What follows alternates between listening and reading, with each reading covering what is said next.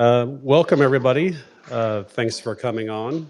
This is a new, I guess, a new experience for the engineering side of data podcasts.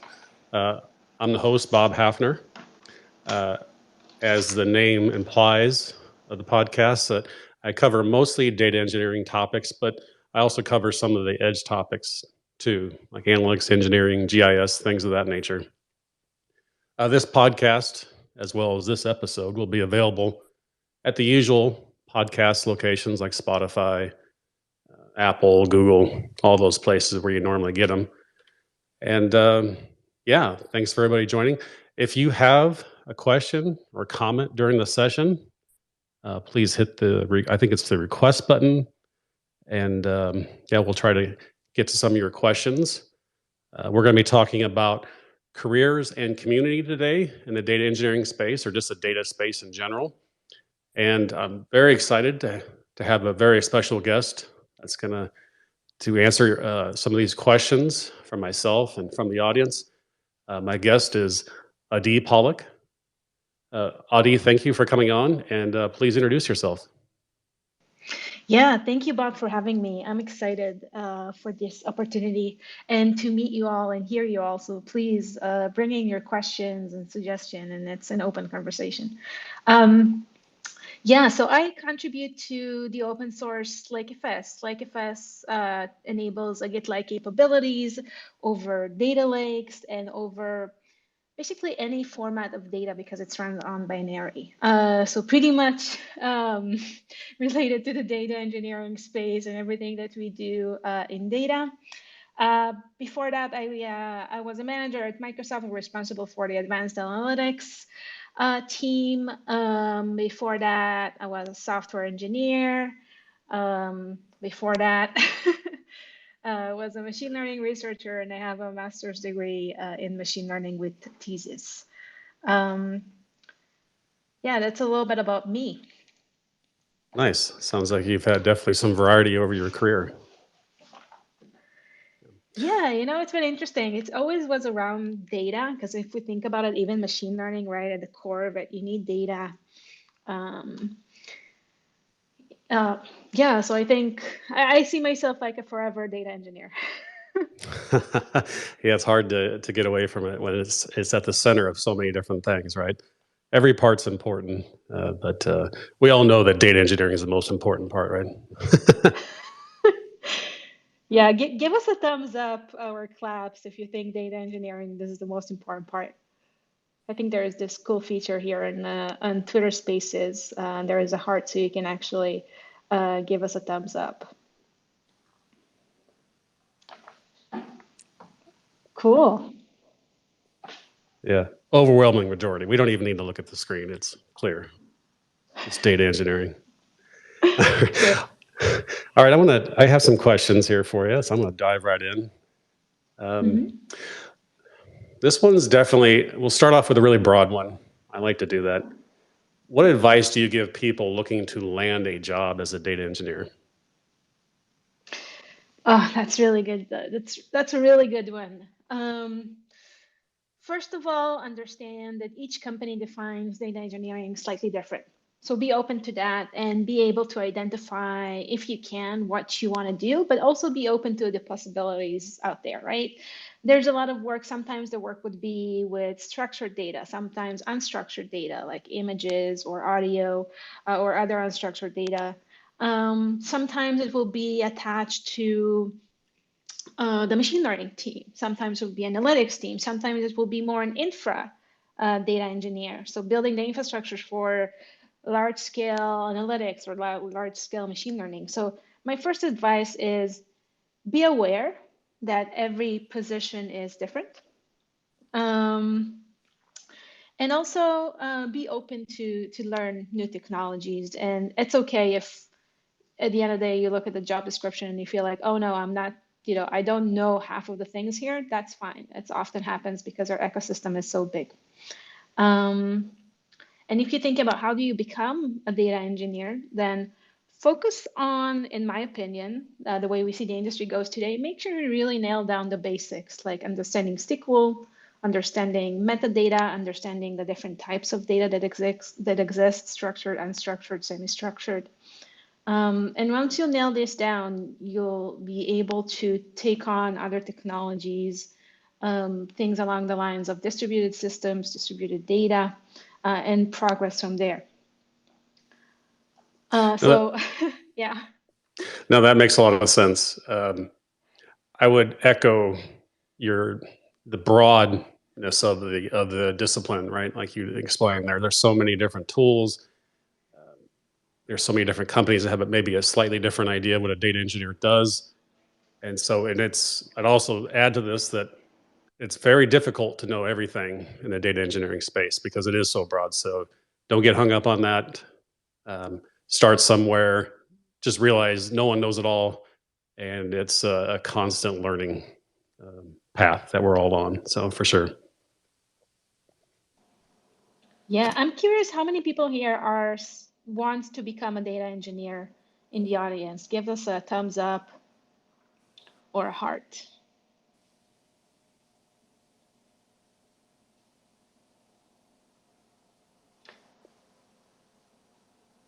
Interesting. Yeah, I'm looking here. Yeah, I know there's some slight delay, but I know. Oh, I see. Yeah, we got a heart. We got some fist bump. Awesome. Yeah, a lot of people here wants to become data engineers. That's awesome. I feel like data engineering, that field is the future, uh, because it serves so many data customers within organization, and it enables the business to grow. I think from like the really the infrastructure, when we think about the infrastructure layer, in the ecosystem, we have a new language to define the work that we do is building data products. And data products serve data customers in organization, either our internal or external. For example, BI team, machine learning team, analytics, or even building the data infrastructure to serve external customers. If the logic that the business we're building is serving analytics to other companies, for example, or fine tuning some security perspective, security firewalls, or anything of such that we need to process a lot of data in order to figure out what the right rules to extract or to provide. We really see it in a lot of places. So I definitely, from my perspective, understanding data is going to be a crucial part in a lot of software development work. Yeah, I completely agree. And so that kind of ties into one of my questions in terms of what does the demand for data engineers look like over the next few years? My opinion, it's going to grow.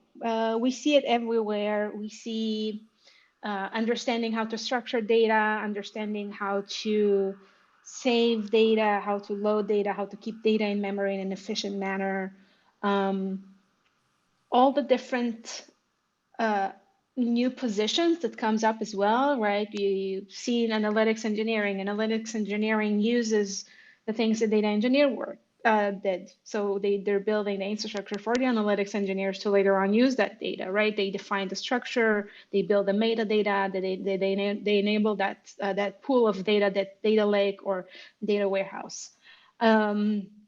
Machine learning is growing. It's always growing. And we know it in machine learning. We have to have data engineers as well to support that team. Sometimes even the data engineering team would be bigger than the data science team, which is very interesting because it means we don't need as many people to build the algorithms to create the models, but we need much more people in order to make sure the data that we use to build the model is in a good condition and high quality data. So we need more people there.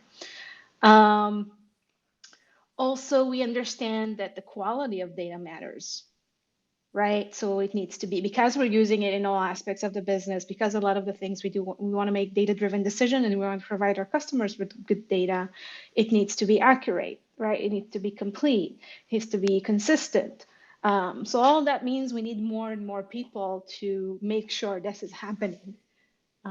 So I project that it's going to grow and we will see many more job positioning are being opened at different skills level and different requirements. Excellent. What do you think, Bob, from your perspective? I know you work in a field also. Yeah, I would agree with that. I think obviously it's if you've been paying attention to the market, it certainly has grown in the last 2 to 3 years. I think that'll continue down that same trajectory. Like you just stated, it is at a focal point of a lot of initiatives. Serving a lot of different roles. So data scientists, people in corner offices, customers. There's most people are that are looking for insights will have to touch some piece of work that a data engineer does. Right? It's going to look a little different. Like it remains a scene. If we're data engineer seems to be moving more towards software engineering. Some people say it already has, or it's always has been. Will it look more like analytics engineering? Will it be look more low code? I think those are some of the questions that I have. But I definitely think the importance of the role, the demand for the role, will be there for some time. Why don't we take some? We do have some requests to join the speaker group here. So let's talk to some of these folks. Yeah.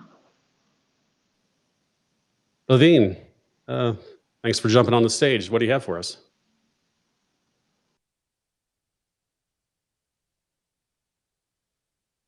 Levine, I think you might be muted.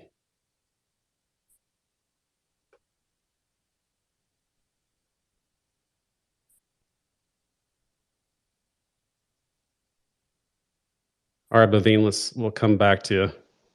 Yeah. As it loads, I wanted to share, and we have another request we can bring you in also. I wanted to share that from what I've seen working with customers and working with consultants, many times they approach the conversation asking, hey, I want to introduce machine learning into my business. I want to capitalize on machine learning and leverage machine learning to build tailor-made solutions for their customers, basically for it. And one of the challenges there is they don't understand that in order to build that, they need a good data system. So a lot of the conversations are as follows. I want to build a machine learning system. I want to capitalize on the machine learning domain, which is great. I want to provide more value to my users, which is customers and users, which is amazing. But I don't have any prepared data. My tables are not ready for it. There's no data pipeline to process it, to clean it, to do feature extraction. And I always find it an interesting conversation. And I feel like now we finally reached the point where people understand that they have to take care of their data before they do anything else. So looping back to, going back to your previous question, I think this is another good signal for our industry. Yeah, that that was one of the, I think definitely one of the turning points in terms of the demand for data engineers. Data scientists were obviously were hired in droves not too long ago. They were able to add some value pretty quickly, but when it came to the productionize of models and predictions and everything else, I guess the putting their work in production became a little bit trickier, and I think that's when the demand for data engineers really started to take off. All right, I think Levine, I've seen you. Are you ready for your question?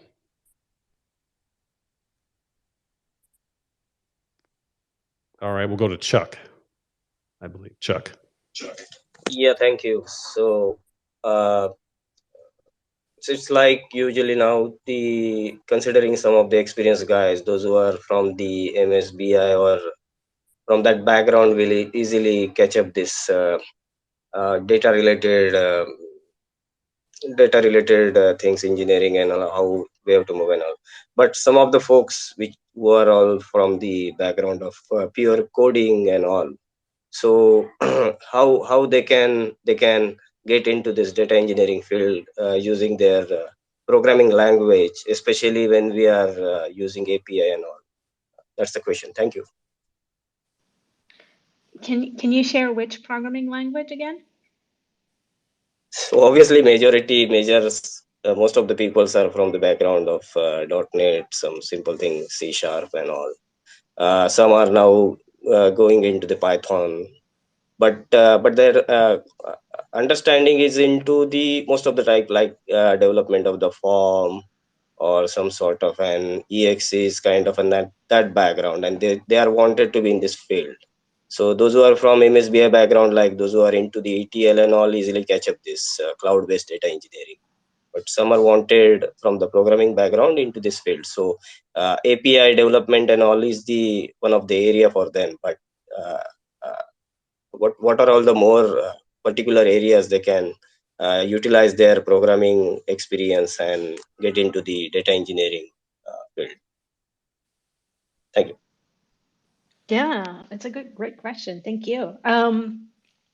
So we're speaking more about the API and logic developers, and also specifically .NET and C Sharp. So I can say there's a lot of data engineering in that space as well. It doesn't necessarily, we don't have to stick to one specific programming language, such as Python, for example. It can come in all different programming language and paradigms in programming languages as well. The question is, if you know data structures, in-memory data structures, then you can already have a sense of what do you need, right? Key value stores, things like that, like what do you need? And then you have to understand how it looks like on disk. How you saving it, what is the IO, how fast you can retrieve it, right? There's a lot of conversation around how data is on disk, how data is in memory. So you can definitely leverage these skills to better understand how to represent it, how to pull it faster, how to save it in a more condensed and efficient manner. Also, because you already working with data, you can actually type into the other questions of accuracy, right? You're processing some information, how accurate the data information is. Is that complete? If you're collecting data over time, what is the timeliness of your data? What is the validity, integrity? There's a lot of different types of data, and we can think about it on all these different angles. If you want to move completely, I highly recommend learning SQL, at least the basics, because then it will be easier to move into different programming languages or different frameworks that use SQL-like language, so it will be easier to do that transformation. And at the core, I always say, once you know well one programming language, for example, C Sharp, and C Sharp is a great example, C Sharp, and C Sharp is a great example for a good programming language to start with, because it's so diverse. There's so many functionalities in there. Like most of the languages trying to keep up with what C Sharp and .NET is releasing. Because it's considered a more complex programming language to really become proficient at and understand all the different features. And B, it's highly used because there's a big ecosystem around that. So I won't necessarily, walk away from that specifically, but I will add learning SQL well, understanding how data looks like on disk in multiple formats, understanding what happens if I need to save data on multiple machines, and then I need to know how to retrieve it, so indexing. And also slowly adding other frameworks to grow and enrich the skills and capabilities. Bob, what do you think? I think that was a great answer, and I have very little to add to it. Maybe I would possibly add that you're going to be, as a software engineer and transitioning into data engineer, like Adi said, a lot of the concepts are very familiar to you, and they'll be the same. But maybe look at the concept of get familiar with data testing, quality of data testing. It's a little bit different than typical unit tests within software development. So that's going to be a little bit of a learning curve. And then also join a community. That's one of the things we're talking about. Adi heads up a community over on the Slack channel. I forget the name of it. But that's a great way to get up to speed, find out what skills are in demand, approaches, problem solving, all that good stuff. Yeah, 100%. Everyone are most welcome to join the data engineers community. It's right in my Twitter, in my bio. There's a link there. Um, click it and you'll find it. It's a great space for learning. It's a great space for asking questions. There's a lot of different levels of experience and different frameworks that people are working with. So it's always interesting to see what exists.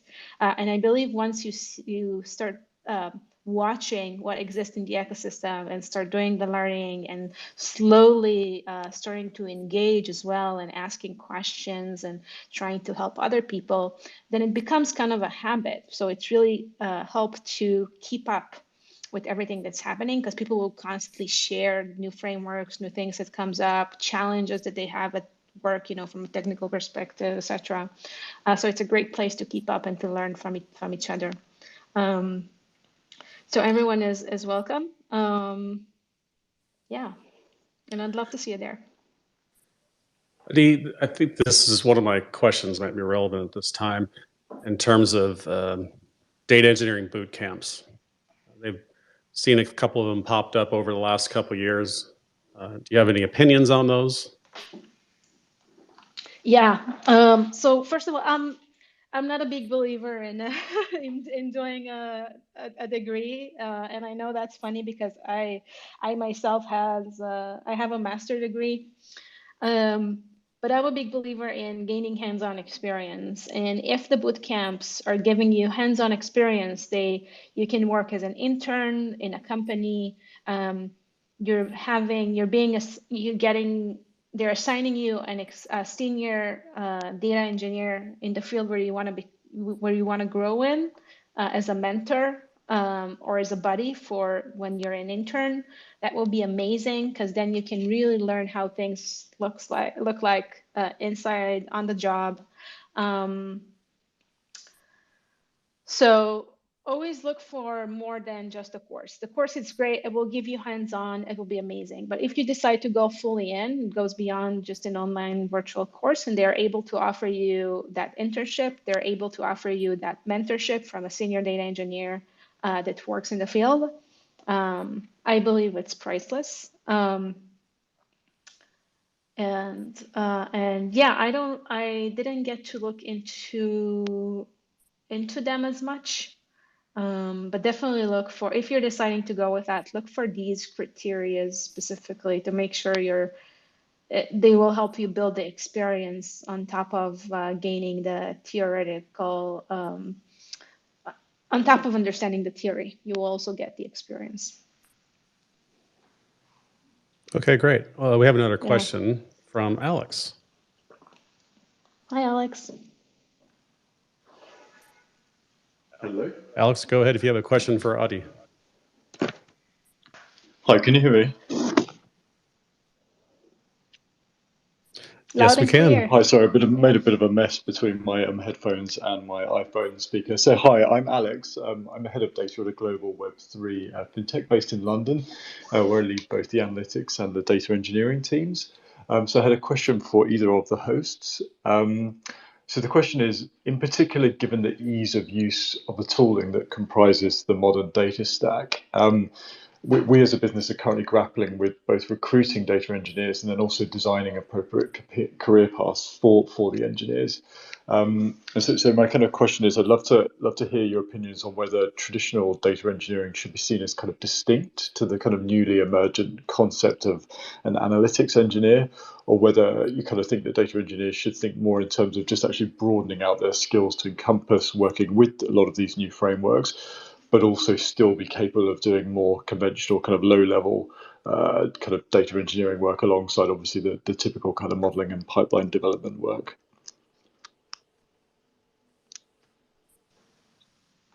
Yeah, that's a fabulous question. Are you familiar with the excellency model where you have one team who excels at one thing, at one domain specifically?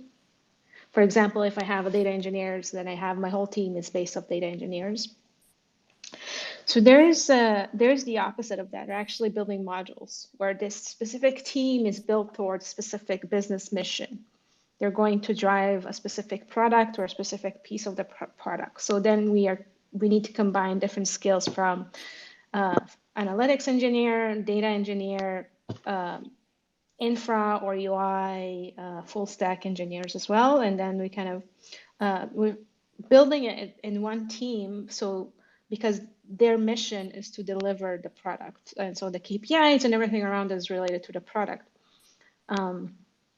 Within the individuals, I believe that it should be more addressed to the skills and what they're building. So if they are, and data engineering is, it requires to nail down the specific skills of what a data engineer do in the organization.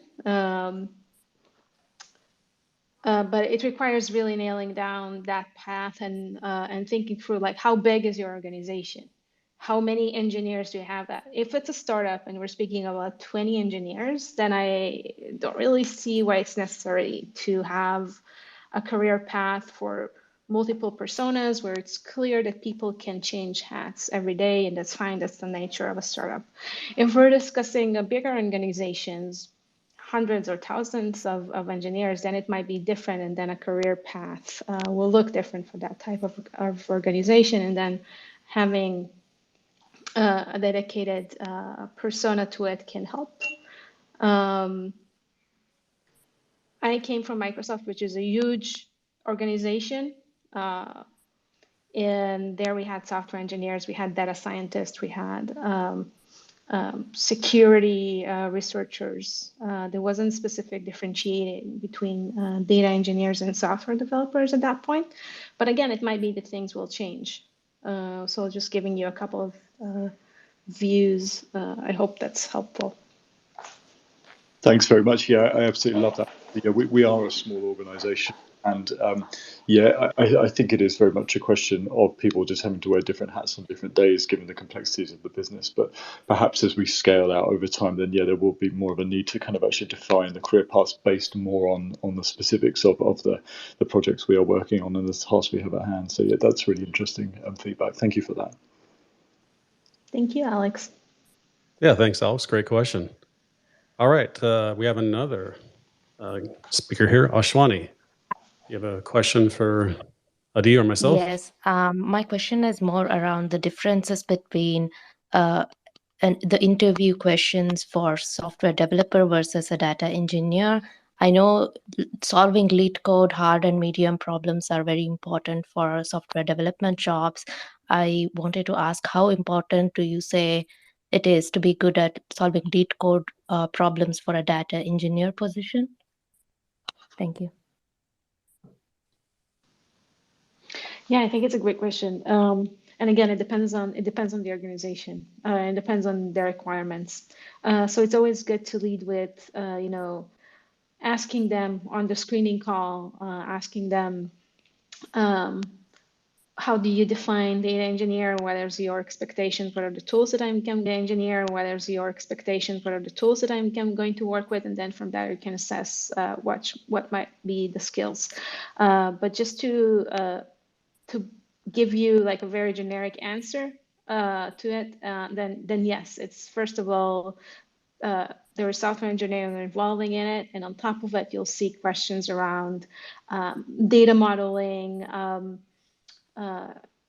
Might be a compression of data, how data looks like on disk, indexing, metadata questions, things that speaks more about data and in the data modeling world. Does that answer your question? Okay, cool. But always the best practice to lead with, when they call in to screen you for to understand how well you fit the organization, lead with question 2. Make sure you have questions in mind so you can ask them, so you can make a better assessment, on the position.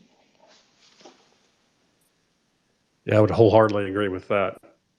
Again, going back to some of our initial conversations at the start of this, it's such a broad discipline.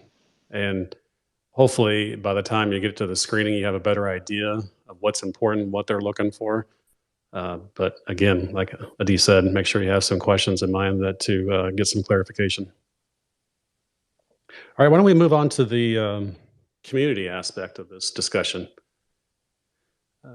What are some of the Adi, what are some of the benefits of building a community? I mean, it's kind of an obvious question, but what do you see as the benefits? What's the benefit? I can say why I created a community, why I decided it's a good idea to have a community. I didn't find a community that I was able to grow with. I felt like we shared a common theme, like the questions, the tools that we're using, the dilemmas we're having. So this is where I am coming from. So I think it's a great benefit for me because then I'm able to have, I can broaden my network and I can reach people that I would never be able to reach without the community. Because there's always my immediate colleagues, there's always my immediate friends or people that I worked with in the past. But then now I'm able to get perspectives, to get suggestions, to exchange ideas with people that I would have never got to meet in person, which I think is incredible because our industry is global. We can see the same data issues or the same data challenges everywhere in the world, everywhere where people works with data. Every place where data engineers needs to build, for example, a data infrastructure or thinks through a data modeling challenge. So this is why I thought it would be a good idea to build a community, and this is how I benefit from it, and this is the way I design it is in a way that other people can benefit from it as well, so they will be able to ask questions in a safe space. So hopefully it's in that condition, and if it's not, and if you feel anything different, please let me know. I will do anything to fix it. Excellent. Yeah. Since I know that this community has existed for a while, what are some of the challenges that you've come across in building this community? Yeah. So the community is built online, and some of the challenges we really wanted to do like a meetups or a get together or a coffee or a water coolers chats, and some of the challenges we're facing was which time zones are we working at? When should we do the meetup? When should we have the water cooler event? So this is, I believe this is always the biggest problem when there is something that is global, anything global, a global team, a global community.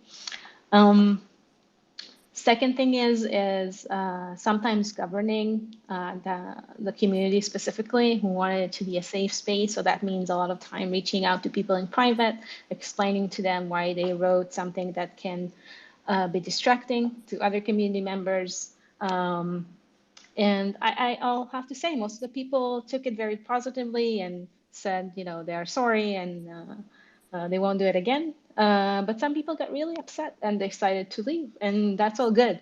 And the end of the day is by the community for the community. It's all data engineers, so we want it to keep it a safe space. And these are some of the challenges I faced.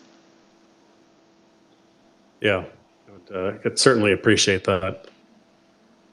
You mentioned obviously it's the community that you're involved in is virtual on Slack. And so obviously with COVID over the last 2 years, that's been advantageous to have this global online community. In terms of in-person events that tend to be a little bit more local, do you think that what's the future of that? What's the balance between virtual and in-person events as we go forward? As hopefully, fingers crossed, that we're kind of coming out of this pandemic period. Yeah, I think it's a great question. I honestly don't know. Like some of the big advantages of being online is the ability to meet people we will not be able to meet otherwise. Not everyone can get, to every conference in the world. And we can't really be at 3 places at one time. I remember, can you hear me well? Oh, okay. Yeah, I lost you just for a bit, but I can hear you just fine now. Sorry. So I remember days where the online enables us to be at 3 different meetups at the same day in 3 different locations in the world. So I believe this is a great advantage. You can get to meet so many people in so many different time zones directly from your home office or from your living room or the coffee place next door. So that was great. But I will say we do miss the hallway conversations. We see it a little bit here. For example, Twitter Spaces is a great way for hallway conversations. We can come up, ask questions, and exchange ideas, and it's perfect. From what the signals that we get in the industry, we see a lot of conferences going hybrid now in their data industry. We have Data Council is coming up. It's going to be in Austin. We have Kafka Summit in London in person. QCon, they added a dedicated modern data pipeline track. It's going to be in London. They also have another version online. So I feel like it's a mix at the moment. I really hope that online will stay, so we will be able to connect, on a global scale. But we'll see. I don't think we'll go back to what it used to be in the past. That's for sure. I feel like we're evolving and we're going towards something new. But that's my opinion and my perspective. I'd love to learn what you think, Bob. Yeah, that's. I do agree with your last statement there that I don't think we're going to go back to the way it was. So prior to COVID, I think it will be interesting to see how things like you mentioned, some of those conferences that are returning to in person, but they're definitely keeping a virtual option. Now, some of the ones I've seen, the virtual options have been free of charge. Maybe they don't include all the talks. Maybe they just hit the keynotes.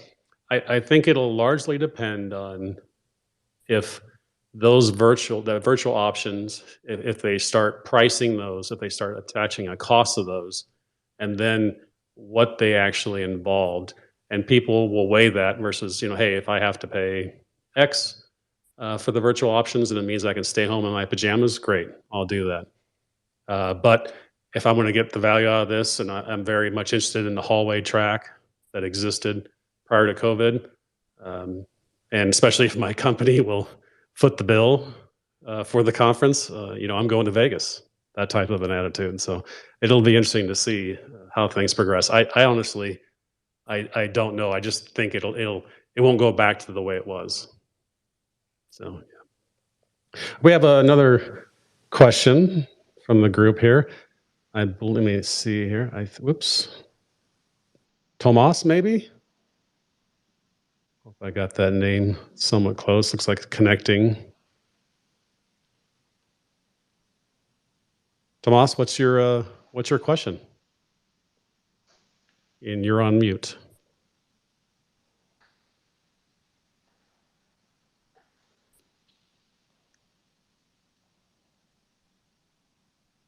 All right, we can come back to. I'm here. I'm here. I lost. Okay, great. I lost audio when I joined. Yeah, so it's one of the problems of Twitter. But yeah, anyway, what I wanted to bring up is having a non-technical background when being in the data or joining the data, especially like legal and marketing. And I wanted to ask, how do you see that also in the context of like committees and like being in different committees, in the sense that here are, for example, in like the marketing space, and then you are in the tech space, and then you mix those communities, and also like mix events like data and marketing and data, for example.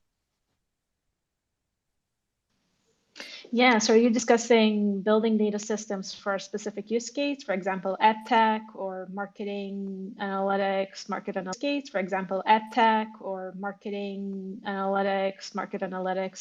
things like that? I'm more general with like having like different backgrounds when being in the tech space and being in the data space, because like being in the tech space, I noticed that sometimes people, especially in the engineering, focus so much like on the engineering aspect of things that they forget that this is like just like a tool to get like insights from the data, I would say, and insights are things that matter the most. So I was just wondering like about like having different background and seeing things differently. Yeah, so I think that's really interesting. It speaks more about the type of data, so the domain of the data. So if the data is more for operations running, for example, I want to build the best CRM to track whatever, then I still need to model it. I still need a data engineering skill. I still need to digest it, prepare it, clean it, validate it, make sure the data is fresh, make sure it's accurate, consistent, completeness. If that fulfills the expectations, the business expectations from the data. So often the same skills are applied, but the data, maybe the velocity of data is different. The structure of the data can be different, can be more structured, more organized data because it comes from systems that are more structured. So for a CRM to a CRM connecting or combining the data, for example. So the way I see it, often the skills are similar. What the challenges is going to be is with the sources of the data. There's going to be multiple types of sources. For example, if I'm building a marketing platform, then I might need to pull in data from a lot of different sources. And so each source has its own format, their own API. I need to be able to figure it out from an engineering point of view, clean it, pre-process it, and display it in a way that will be useful for the business. So I think similar skills apply. There's still a lot of engineering skills in there, but there's also a notion of understanding where the data comes from and also understanding the sources that we work with. But the modeling part, displaying part, pre-processing part is often the same. Do you see the same thing, by the way, from your experience? Adi, you cut out there for a second. Oh, can you hear me now? Yes, I can hear you. Yes. Okay. Should I repeat the last sentence? I got most of it, but I think you were asking somebody a question at the end. Oh yeah, Thomas, I wanted to know if it resonates with what you know from your experience. Yeah, I would say to some extent yes, but just what I find annoying is when like when people start like I would say over engineering solution, and when people start like focusing, oh, we need pipeline this, we need pipeline that, but at the end of the day, what matters the most is like getting insights, and I just think like sometimes just people forget, especially now that there are like many like serverless solutions for data, which is also interesting. Yeah, I really like that. Bob, go ahead. No, I actually would tend to agree with Tomas on that particular point in terms of I think as data engineer or software engineers, anybody who works in IT maybe gets caught up more in the technology than the solutions and the goals, the insights that they're trying to provide. So I would agree wholeheartedly with that. Yeah, 100%. And it speaks about the team's KPI or OKRs. And what are they? Are they to integrate the most innovative framework, or are they to produce a good working product that serves the insights and is maintainable? And this is more of a question of,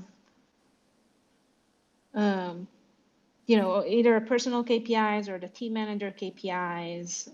How do they know that the job is being performed well and it provides value to the business?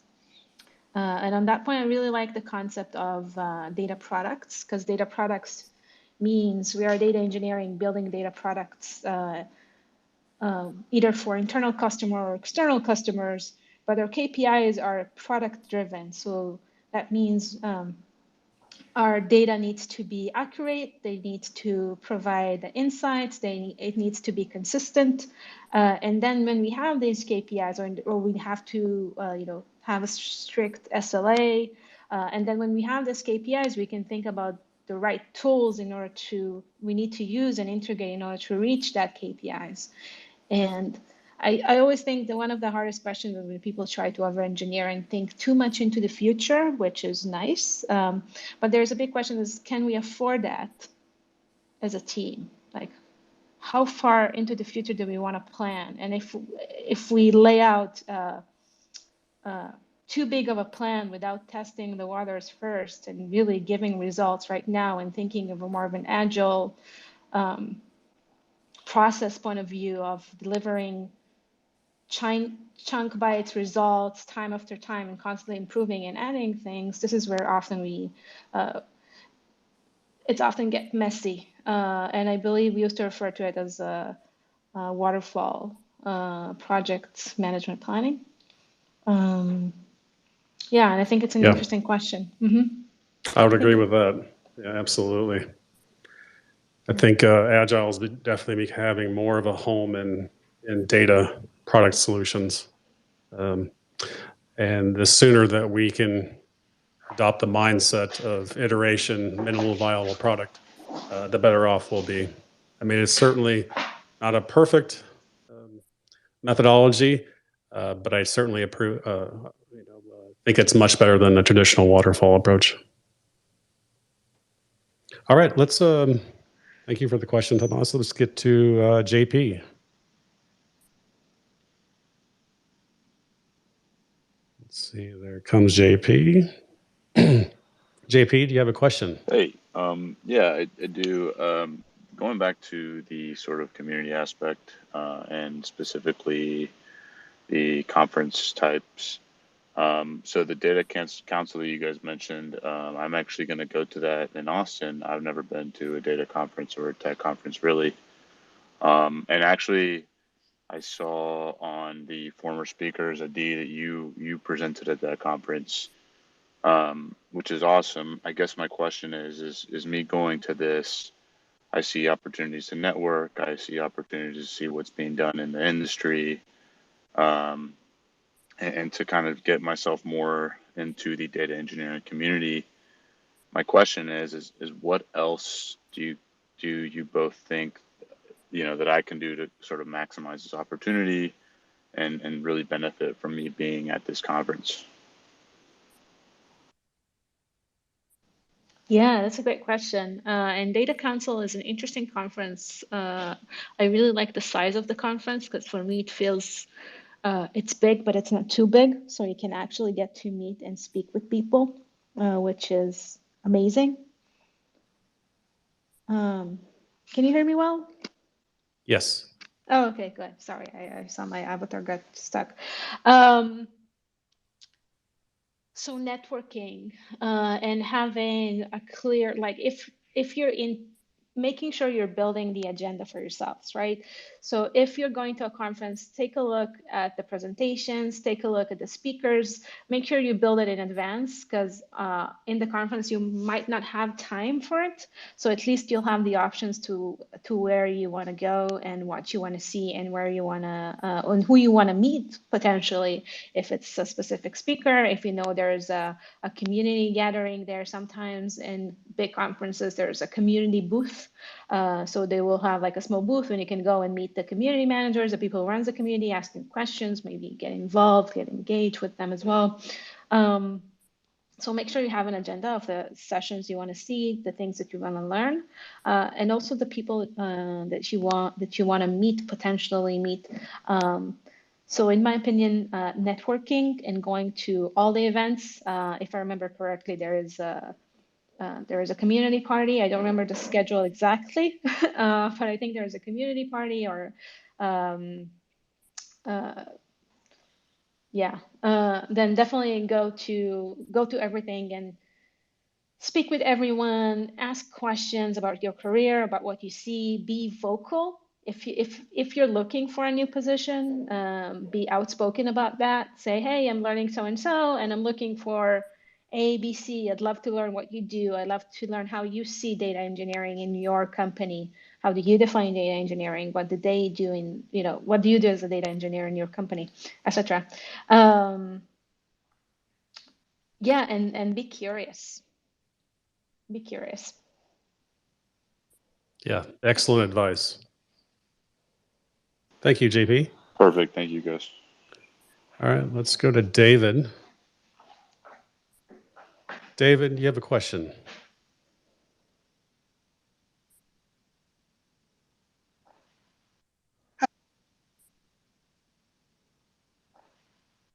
Hi, can you hear me? Sure can. I actually didn't want to. I don't have a question. I just wanted to highlight if you are able to make it to Austin, and you can see Adi is being quite humble. She's actually not just there, but she's speaking. So please do come. And I know that people are always looking for community. I myself have missed so much of the community, at KubeCon and data and so on and so forth. I'll be there as well for the entire week. Please do just, ping me, look me up, whatever it is. I'd love to help, anyone looking for opportunities to collaborate. Yeah, and David is awesome. JP, if you're there, let's go meet David together. Perhaps one of the I can say, if you guys are come across or writing any of the blog, just tag this community and share it with the Twitter, so that all of us we can know about any of the latest finding or the blog or anything you're writing. So that's the one thing. Yeah, thanks. Excellent. Great advice. Yeah, thank Yeah, you. I'm very jealous of the people that are going to the Data Council in Austin. It looks like a great agenda. I'm able to look at it. I won't be able to make it, but I'm really happy to see that one and many others come back in person. So I, for one, am looking forward to getting back out there and attending some conferences. All right, I think that I think that's a really good way to wrap up the show. So Adi, thank you very much for coming on and sharing some of your wisdom. Truly appreciate it. Yeah, absolutely. Thank you so much, Bob, for having me, and thank you everyone for joining. And I look forward to meet everyone one day in person. And also, if you have any more questions or you want to chat, feel free to reach out. And I'd love to do it again if you're enjoying it. I think it's a great fun. Excellent. And I'll make sure I'll get this recording out there to the usual podcast spots, like I mentioned at the top of the conversation. And I'll try to include any relevant information, any relevant links that have come up during this conversation as well. Thank you all so much for attending and making it a very positive experience. Thank you very much. Thank you all. Bye. Bye. Thanks a lot. Thank you.